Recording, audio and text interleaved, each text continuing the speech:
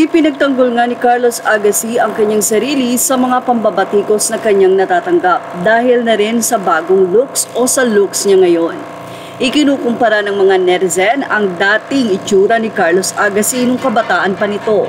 Bakit daw tila pinabayaan ni Carlos Agassi ang kanyang sarili? Narito ang paliwanag ni Carlos. Aniya, ito yung nilalait at kinukumpare nila before year 1998. 18 years old ako and nag-shave ako dahil role ko na matinee idol. After photo is 45 years old ako. 1 month ako hindi nag-shave para makita ano feeling ng balbas sarado at i-enjoy ang pagkatanda. Love the comparison. 27 years apart. Nothing but love. Lahat tayo tatanda at ang kagandahan ay hindi lang sa panglabas. Dapat sa pangloob din. Kung isa ka sa mga nanlalait, tandaan, mahirap tumanda ng paurong. Mahirap tumanda ng walang pinagkatandaan. Pangit man ako at katawan ko ngayon para sa'yo. Para sa akin at sa misis ko na si Serena Agassi. Pogi at macho pa rin ako. Love na love.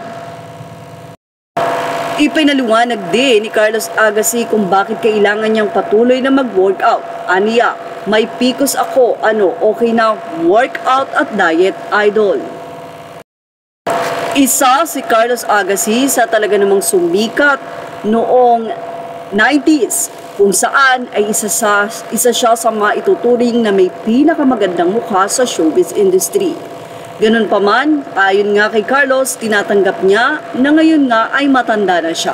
Say naman ng mga netizen mula sa kanyang naging post, anila, sobrang pogi mo po talaga noon. Ganun naman lahat pag nagkakaedad. Nagbabago talaga ang physical looks natin. Important na i-enjoy natin ang buhay, kabataan at healthy habang nagkakaedad sa panahon ngayon. Hindi talaga pagandahan, pasikatan o karera ang buhay. Marunong ka lang maging grateful, ay nako, ang sarap maging masaya sa buhay. Life is short, let's enjoy. Say naman ng isa, gwapo ka pa rin naman idol. Ang mas pinakamalamang ka sa lahat idol is sa kalusugan. Hayaan mo sila idol. Lahat tayo tatanda. Importante masaya ka at masigla at malusog sa buhay. Keep inspiring other people.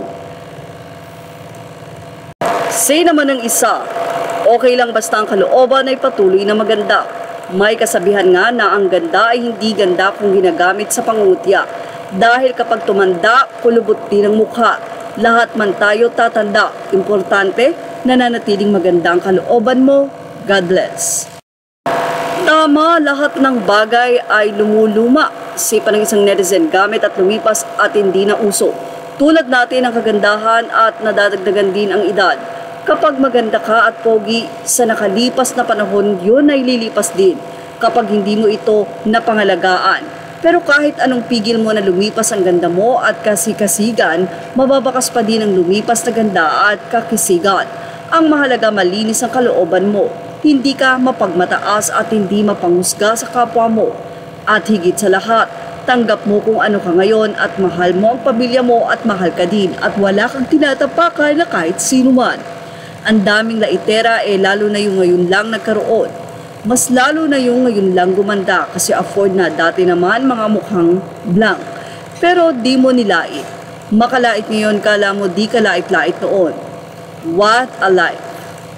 At least nararanasan natin maging maganda, pogi kasi yung iba, yung pangit noon, pangit pa din hanggang ngayon. Just saying.